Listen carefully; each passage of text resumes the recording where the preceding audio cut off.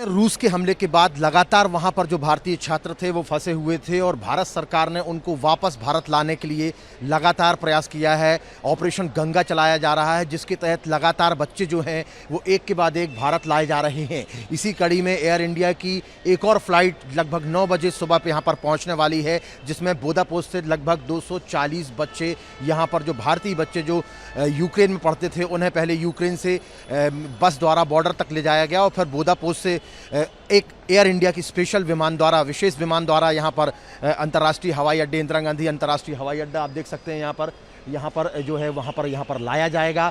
पिछली रात को यदि हमने देखा कि जिस तरीके से लगभग 250 बच्चों को लाया गया, उसके उनको रिसीव करने के लिए केंद्रीय नागरिक उड्डयन मंत्री और विदेश राज्य मंत्री वी मुरलीधरन और केंद्रीय नागरिक उड्डयन मंत्री जो हैं ज्योतिरादित्य सिंधिया वो खुद यहाँ पर पहुँचे थे और उन्होंने उन बच्चों को रिसीव किया है। और जो बच्चे अभी एक बार फिर से यहाँ पर आने वाले हैं, उनके जो माँ बाप हैं, उनके जो पेरेंट्स हैं, वो ऑलरेडी यहाँ पर पहुँच चुके हैं। वो इंतज़ार कर रहे हैं कि जैसे ही उनके बच्चे आएंगे तो उनके साथ वो बात करेंगे, क्योंकि सबको अपने बच्चों की चिंता है। हमारे साथ बातचीत करने के लिए यहाँ पर कुछ लोग मौजूद हैं जो अपने बच्चों को लेना है। सर, आपका नाम क्या है? संजीव शर्मा मेरा नाम है। संजीव जी, आपका बेटा बेटी कौन है जो वहाँ से आ रहे हैं? मेरी बेटी है, फर्स्ट ईयर थी, अब फर्स्ट ईयर में पढ़ रही है।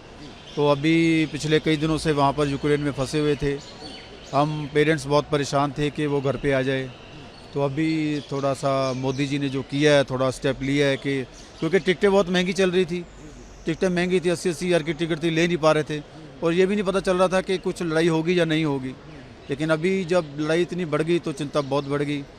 तो उसका नाम क्या है? दीप्ति शर्मा है मेरी बेटी का नाम। दीप्ति के साथ और भी कुछ भारतीय छात्र होंगे जो उसके साथ में? मेरी दीप्ति के साथ में उनकी मेरी दो दोस्त हैं, सुखविंदर जी और त्यागी जी, उनकी 2 बेटियां हैं, तो वो भी साथ में आ रही हैं। तो अभी रात को ही कल उनको हंगरी के बॉर्डर के थ्रू निकाला गया बुदापेस्ट में। तो भारत के जो राजदूत हैं मिस्टर राम जी, उन्होंने हमारे को फ़ोन पे भी अच्छा कोऑपरेट किया और हमारी यूनिवर्सिटी का जो वो था उसने भी अच्छा कोऑपरेट किया और मोदी जी का जो स्टेप था उसकी वजह से हम अपने बच्चे जो हैं अभी सेफली यहाँ पर रिसीव करेंगे। तो वी आर वेरी थैंकफुल। वहाँ पर हमला हुआ तो वहाँ पर जितने दिन भी वो वहाँ पर रहे, समस्याओं का सामना तो करना पड़ा होगा। आप लोगों को क्या जानकारी दी उन्होंने कि किस तरीके का माहौल बना हुआ? माहौल तो बहुत ख़राब था भाई साहब। जब मेरी बेटी के फ्रेंड्स के साथ डिस्कस हो रहा था जो पोल्टोवा में और जो कीव में रह रही थी, तो वो बहुत डरे हुए थे और इतने डरे हुए थे कि पहले तो सोच रहे थे कि निकल जाएं, लेकिन अचानक ही जब एक दिन हमला हो गया तो उसके बाद तो निकलने का मतलब ही नहीं बना किसी का भी। घरों में ले गए थे कुछ, उन्होंने बताया वीडियो कॉल पे आपकी बात हुई, सकुशल रहे वो जितने भी समय वहाँ रहे? मेरी बेटी के साथ भी फ्रेंड्स की बात हुई कि सेफ़ हैं, कुछ कह नहीं रहे हैं।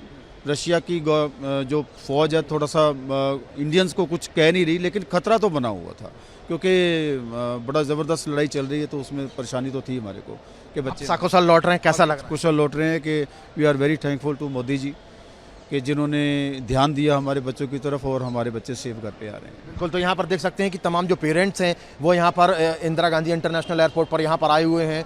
9 बजे के बाद में यहाँ पर फ्लाइट पहुँचेगी, 240 बच्चों को लेकर बुदापेस्ट से सीधे नई दिल्ली पहुँचेगी और वो बच्चे जो यूक्रेन में पढ़ रहे थे वो सकुशल अपने घर लौटेंगे। ये जो ऑपरेशन है लगातार चलाया जा रहा है क्योंकि लगभग ये बताया जा रहा है कि 16,000 भारतीय जो हैं वो वहाँ पर यूक्रेन में फंसे हुए हैं और चूँकि यूक्रेन से डायरेक्ट कीव से उड़ान नहीं भरी जा सकती है, इसलिए एक एक करके उनको पहले बॉर्डर आसपास के जो राज्य हैं, जो देश हैं, वहाँ पर ले जाया जा रहा है। बॉर्डर क्रॉस कराकर फिर दूसरे देशों के एयरपोर्ट से जो है सीधे भारत की तरफ जो उड़ान है, स्पेशल विमान जो है एयर इंडिया का, वो उनको लेकर आ रहा है। तो भारत सरकार की तरफ से जो ऑपरेशन है, जो बचाव कार्य है, वो निरंतर लगातार चल रहा है। अब देखने वाली बात यह है कि कितने भारतीयों को भारत सरकार पूर्ण रूप से एवैक्यूएट कर पाती है या नहीं कर पाती है। वीडियो संदीप के साथ Himanshu Tiwari, Republic India network, Delhi.